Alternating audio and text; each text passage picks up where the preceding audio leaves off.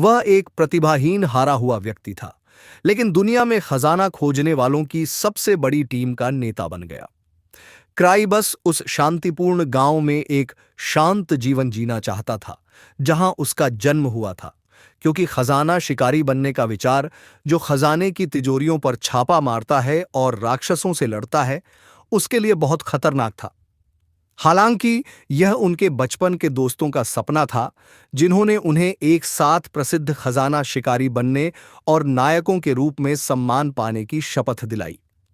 तब से कई साल बीत चुके हैं और क्राई राजधानी शहर में रहने वाला एक युवा व्यक्ति है, जहां फर्स्ट स्टेप्स नामक सबसे बड़े कुलों में से एक द्वारा एक विशाल भर्ती अभियान आयोजित किया जा रहा है। क्राई चुपचाप कतार में शामिल हो जाती है और रूटा नाम की लड़की चिल्लाना शुरू कर देती है कि वह हमेशा अकेले कैसे जाती है, लेकिन व्हाइट वॉल्व्स डेन नामक खजाने की तिजोरी में उसे कुछ परेशानी हो रही थी, इसलिए उसने एक पार्टी में शामिल होने का फैसला किया। अचानक लाइन में मौजूद लोगों में से एक ने रूटा का यह सोचकर मजाक उड़ाना शुरू कर दिया कि वह लेवल 3 पर व्हाइट वॉल्व्स डेन को साफ कर सकती है। वह स्कारफेस की टिप्पणियों पर क्रोधित हो जाती है और उनके बीच चीजें गर्म होने लगती हैं। क्राई इस बकवास में कोई हिस्सा नहीं चाहता है, इसीलिए वह अपने पीछे की दीवार से छिपने की पूरी कोशिश करता है, जबकि एक गार्ड रूटा और स्कारफेस के बीच लड़ाई को रोकने के लिए आता है।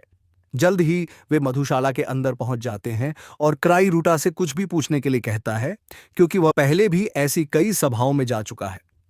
वह सबसे पहले सबसे आकर्षक पार्टी के बारे में पूछती है और क्राई उसे बताती है कि यह इस कबीले की सबसे अच्छी पार्टी है, जिसका नेतृत्व लेवल 7 प्रमाणन के साथ आर्क नाम का एक गोरा प्लेबॉय करता है, और अपने केवल 5 साथियों के साथ वह इसे पास करने में सफल होता है। एक रैंक 7 खजाना तिजोरी। रूटा यह सुनकर आश्चर्यचकित हो जाती है और उससे आर्क की पार्टी के अलावा खाली सीट के बारे में पूछती है।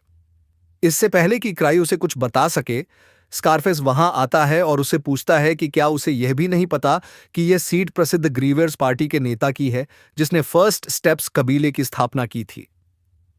स्कारूटा को बताता है कि यहां इतने सारे लोगों का मुख्य कारण यह है कि ग्रीवर्स पहली बार एक नया सदस्य ढूंढने की कोशिश कर रहे हैं। अचानक एक क्रोधित लाल बालों वाला व्यक्ति कार्यक्रम के आयोजकों पर चिल्लाना शुरू कर देता है, पूछता है कि शोक मनाने वालों की पार्टी कहां है, क्योंकि वह यहां सिर्फ उनके लिए आया था। टीनो नाम की एक लड़की लड़के को अनुशासित करने के लिए आगे आती है और हालांकि पहले से मौजूद गार्ड उसे रोकने की कोशिश करता है, लेकिन दोनों में से कोई भी पीछे हटने को तैयार नहीं होता है। मधुशाला में शिकारी लड़ाई देखने के लिए उत्सुक हैं और क्राई रूटा को अपने साथ बाहर आने के लिए कहता है ताकि वे गोलीबारी में न फंसे। इस बीच टीनो गर्म होने लगती है जब अचानक उसे एक परिचित उपस्थिति का एहसास होता है। वह रेडहेड को पूरी तरह से नजरअंदाज कर देती है और चारों ओर देखना शुरू कर देती है। वह अचानक रोने पर ध्यान देती है और रेडहेड के हमले को नजरअंदाज करते हुए उसकी ओर बढ़ती है। क्षण भर बाद वह टिनो द्वारा जमीन पर गिरा दिया जाता है, जिसका व्यक्तित्व 180 हो गया है और वह अब मतलबी हत्या मशीन नहीं है, बल्कि एक सरल रोना है। वह उसे मास्टर कहती है और पूछती है कि वह यहां कब से है। तभी आर्क नाम का गोरा वहां आता है और क्राई को बताता है कि उसे देर हो गई है, क्योंकि जब तक कबीले के मालिक और ग्रीवस के नेता नहीं आते, वे शुरू नहीं कर सकते। हर कोई यह जानकर स्तब्ध रह जाता है कि जमीन पर दयनीय रूप से हारा हुआ व्यक्ति दुर्जय कबीले का नेता है, और क्राई बस यही चाहता है कि इस बिंदु पर पृथ्वी उसे निगल जाए। उनकी कहानी 5 साल पहले शुरू हुई, जब उन्होंने अपने सपने को हासिल करने के लिए अपने बचपन के दोस्तों के साथ ग्रीवस पार्टी बनाई। वे शुरुआती तिजोरियों में गए और उन्हें जल्दी से साफ कर दिया। हालांकि केवल उसके दोस्त ही सारा काम करते थे और क्राई अक्सर अनभिज्ञ और असुरक्षित था, लेकिन उसके दोस्तों ने सोचा कि वह जानबूझकर राक्षसों को लुभाने का काम कर रहा था। वह अकेला ऐसा व्यक्ति था जिसके पास कोई वास्तविक कौशल नहीं था, और वह जानता था कि वह जल्द ही उनके लिए बोझ बन जाएगा। इसीलिए उन्होंने अपने दोस्तों की खातिर पार्टी छोड़ने का फैसला किया। जब उन्होंने अपने दोस्तों को यह बताने के लिए इकट्ठा किया कि वह पार्टी छोड़ रहे हैं, तो उन्होंने उन्हें वैसे ही नजरअंदाज कर दिया जैसे मेरा क्रश मुझे नजरअंदाज करता है, और कहा कि उनकी पार्टी के पास कोई नेता नहीं है, इसलिए उन्हें यह पद संभाल लेना चाहिए। क्राई इस बात से हैरान थे कि उनके इस्तीफे को पदोन्नति में बदल दिया गया, लेकिन उन्हें कोई विकल्प नहीं दिया गया। वह उस पार्टी के नेता बन गए जो जल्द ही दुनिया की सबसे मजबूत पार्टी बन गई। वर्तमान में वापस क्राई अपनी सीट पर है और उसके बगल में आर्क और टीनो हैं जो उसका ध्यान आकर्षित करने के लिए लड़ रहे हैं। इसके बाद आर्क का कहना है कि क्राई अपनी पहचान छिपाते हुए आवेदकों के साथ घुलने मिलने और उनका मूल्यांकन करने के उद्देश्य से देर से आया होगा। क्राई उसे बताना चाहता है कि यह सच नहीं है और उसे देर इसलिए हुई क्योंकि वह अधिक सो गया था। फिर आर्क पूछता है कि क्या उसे उनकी पार्टी में शामिल होने के लिए कोई उपयुक्त मिला। क्राई का ध्यान पहले से हिंसक रेडहेड पर जाता है और वह उससे अपना परिचय देने के लिए कहता है। लड़के का कहना है कि उसका नाम गिल है और क्राई का मानना है कि अगर आर्क की पार्टी उसे प्रशिक्षित करती है तो वह अपनी क्षमता को उजागर कर सकता है। वह जानता है कि उसके पास लोगों की जासूसी करने की कोई प्रतिभा नहीं है, लेकिन जब वह गिल को चुनने का फैसला करता है तो वह सब कुछ साजिश के देवता पर छोड़ देता है। हालांकि उससे पहले उनकी एक शर्त है। क्राई का कहना है कि एक शिकारी के लिए सबसे महत्वपूर्ण चीज ताकत और कभी हार न मानने का दृढ़ संकल्प है। इसलिए वह हर एक की परीक्षा लेगा कि वे उसके कुल में सम्मिलित होने के योग्य हैं या नहीं। वह घोषणा करता है कि जब से वह शिकारी बना है वह एक बार भी नहीं हारा है और हर कोई हैरान है। खैर, वह कभी भी उचित लड़ाई में नहीं रहा। क्राई ने अपनी एक अंगूठी उतार दी और घोषणा की कि जो कोई भी इसे प्राप्त करेगा उसे आर्क की पार्टी में शामिल होने की सिफारिश मिल जाएगी। वह रिंग को भीड़ की ओर उछालता है और गिल उसे पकड़ने के लिए दौड़ता है, लेकिन टीनो तुरंत कार्रवाई करती है और अपनी मोटी जांघों से किक मारकर उसे छाया क्षेत्र में भेज देती है। अंगूठी उसके हाथ से छूटकर जमीन पर लुढ़कने लगती है और शराब खाने में मौजूद सभी शिकारी पागल कुत्तों की तरह उसका पीछा करने लगते हैं। क्राई ने घोषणा की कि अंगूठी भी एक खजाने की वस्तु है, इसलिए जो कोई भी इसे पकड़ेगा वह उसे अपने पास रखने देगा। वह सभी को शुभकामनाएं देता है और फिर रूडा और स्कार से कहता है कि वह उन्हें चारों ओर देखेगा। अगले दिन जब क्राई अपने कार्यालय में आराम कर रहा था, उसकी सचिव ईवा ने कल उसकी छोटी सी चुनौती के कारण हुई गड़बड़ी के बारे में शिकायत की और उसे सूचित किया कि खजाना शिकारी संघ भी उसके साथ बातचीत करना चाहता है। क्राई अपनी ओर से आर्क को भेजना चाहता है, लेकिन वह शहर में नहीं है और उसके पास वहां जाने के अलावा कोई विकल्प नहीं है। जैसे ही वह कार्यालय पहुंचता है, वह तुरंत उसके सामने झुक जाता है और माफी मांगने लगता है। लेकिन चीफ गार्क इस माफी से खुश नहीं है। वह अपने सचिव को क्राई को एक ऐसी पुस्तक देने के लिए भेजता है जिसमें ऐसे मिशन शामिल हैं जिन्हें कोई शिकारी नहीं करना चाहता, क्योंकि वे या तो कमजोर हैं या बेहद कठिन हैं। इसलिए वह एक आसान मिशन खोजने के लिए पुस्तक के माध्यम से घूमना शुरू कर देता है और फिर इसे किसी और पर डाल देता है। उसे कुछ शिकारियों को बचाने के लिए लेवल 3 वॉल्ट में एक मिशन मिलता है और वह तुरंत इसे ले लेता है, इस बात से अनजान कि यह सबसे खतरनाक है। एक बार जब क्राई कबीले कार्यालय पहुंचता है तो उसे टीनो मिलती है, जो उसे कल जीती हुई अंगूठी दिखाने के लिए वहां आती है। फिर वह पूछता है कि क्या वह अभी स्वतंत्र है, और टीनो सोचता है कि यह उसके लिए अपने मालिक के साथ दूसरे बेस पर जाने का समय है, लेकिन वह सिर्फ यह चाहता है कि वह मिशन करे जो उसे प्रमुख से मिला है। टीनो कमरे से ऐसे गायब हो जाता है जैसे थानोस ने अभी अभी अपनी उंगलियां चटकाई थीं, लेकिन क्राई एक कलाकृति का उपयोग करता है जो उसे ट्रैक करती है और उसे बांध देती है। बचाव अभियान भेड़ियों की मांद में है और क्राई को ठीक से पता है कि टीनो के साथ वहां किसे भेजना है। इसलिए वह इस मिशन को लेने के लिए रूडा, टीनो, स्कार और गिल के साथ एक पार्टी बनाता है। 6 साल पहले जब उनका समूह ट्रेजर हंटर एसोसिएशन में एक पार्टी के रूप में पंजीकरण कराने गया था, ल्यूक नाम के लाल बालों वाले ने लात मारकर दरवाजा खोला और खुद को दुनिया के सबसे मजबूत तलवारबाज के रूप में पेश किया, और उसके ठीक बाद भूरे रंग की लड़की को घोषित किया गया कि वह सबसे बड़ी चोर है। इस पर वह इतना रोने लगा कि वह बस मर जाना चाहता था, लेकिन उसके दोस्त उसे और शर्मिंदा करते रहे। वह अनिच्छा से पार्टी के कागजी काम पूरा करने के लिए रिसेप्शनिस्ट के पास गए और रिसेप्शनिस्ट ने उनसे पार्टी का नाम और प्रतीक चुनने के लिए कहा। इसके बारे में पहले किसी ने नहीं सोचा था, लेकिन फिर क्राई ने जानबूझकर लंगड़ा नाम ग्रेवर्स और एक खराब खींची हुई खोपड़ी को अपने प्रतीक के रूप में चुना, इस उम्मीद में कि उन्हें लगता है कि वह उनका नेता बनने के लिए बहुत ज्यादा तैयार है। सभी ने उनसे कहा कि नाम और प्रतीक बकवास हैं, जिस पर उन्होंने जवाब देते हुए कहा कि अगर पार्टी का नाम कुछ और है तो वह खजाने की खोज करने वाले बनने के लिए प्रेरित नहीं हो सकते। लेकिन इससे उसके दोस्तों ने तुरंत अपना स्वर बदल लिया। उन्होंने क्राई को बताया कि उसे नामकरण की बहुत अच्छी समझ है और उन्हें इसका एहसास देर से हुआ क्योंकि वे उसके जितने चतुर नहीं थे। बेचारे क्राई के पास अब कोई विकल्प नहीं था और इस तरह ग्रीवर्स पार्टी का गठन हुआ। वर्तमान में क्राई उन 3 खजाना शिकारियों के सामने खड़ा है जो अभी भी इस तथ्य पर काम कर रहे हैं कि वह ग्रीवर्स का नेता है। सवाल यह है कि क्या वह वास्तव में लेवल 800 का उपनाम 1000 ट्रिक्स है, जो टीनों को उसके लिए खड़े होने और सभी को मास्टर क्राई के सामने घुटने टेकने का आदेश देने के लिए प्रेरित करता है। क्राई उससे उन्हें डराना बंद करने के लिए कहती है, लेकिन लाल बालों वाला गिल स्पष्ट रूप से कहता है कि वह असली सौदा करने के लिए बहुत कमजोर दिखता है।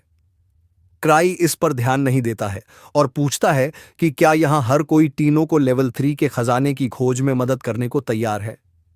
गिल ने क्राई से आदेश लेने से इनकार कर दिया और स्कार ने उससे लड़ना शुरू कर दिया और उसे लेवल 800 के प्रति कुछ सम्मान दिखाने के लिए कहा। कोई रास्ता न देखकर क्राई ने गिल को टीम से बाहर करने का फैसला किया, लेकिन गिल ने अचानक उसे लड़ाई के लिए चुनौती दी और कहा यदि वह हार गया तो वह उसका सहायक बन जाएगा।